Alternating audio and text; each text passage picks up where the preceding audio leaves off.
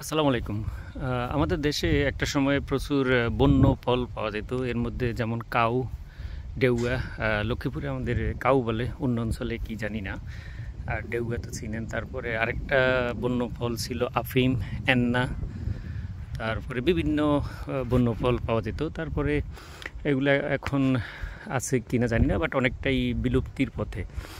আর সুইডেনে বন্য ফল হচ্ছে আপেল। যেমন আপনারা দেখুন এখানে রাস্তার পাশে জঙ্গলের মধ্যে একটা আপেল গাছ।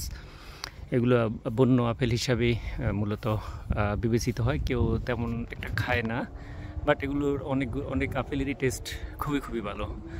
আপনারা দেখুন এই গাছটা, এখানে কম করে নিলেও কয়েক মন আপেল হবে।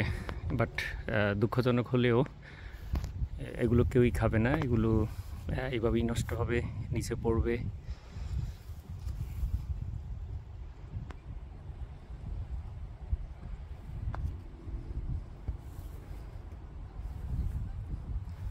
বছরের একটা নির্দিষ্ট সময়ে সুইডিশ আপেল নামে একটা আপেল বাজারে পাওয়া যায়।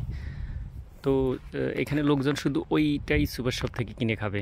আর সুইডিশরা মূলত এগুলো কেউই কালেক্ট করে না, এগুলো পারবে না, খাবেও না। দেখুন আপনারা গাছটা, এটা কম করে না হলেও যখন এগুলো বড় হবে 3-4-5 মন আপেল হবে। কিন্তু এগুলো সবগুলোই যেটা বলছিলাম যে এখানে নিচে পড়ে নষ্ট হবে। অজস্র আপেল, কম যেটা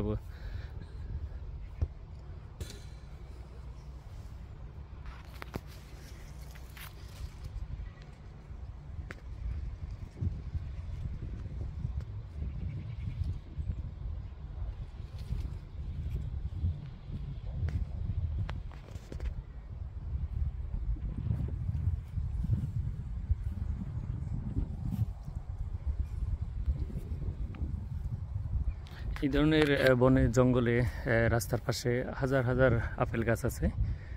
এগুলো সবগুলোরই একই পরিণতি, আপেল ধরবে, তারপর নিচে পড়বে। এগুলো কেউই সংগ্রহ করবে না, কেউই খাবে না।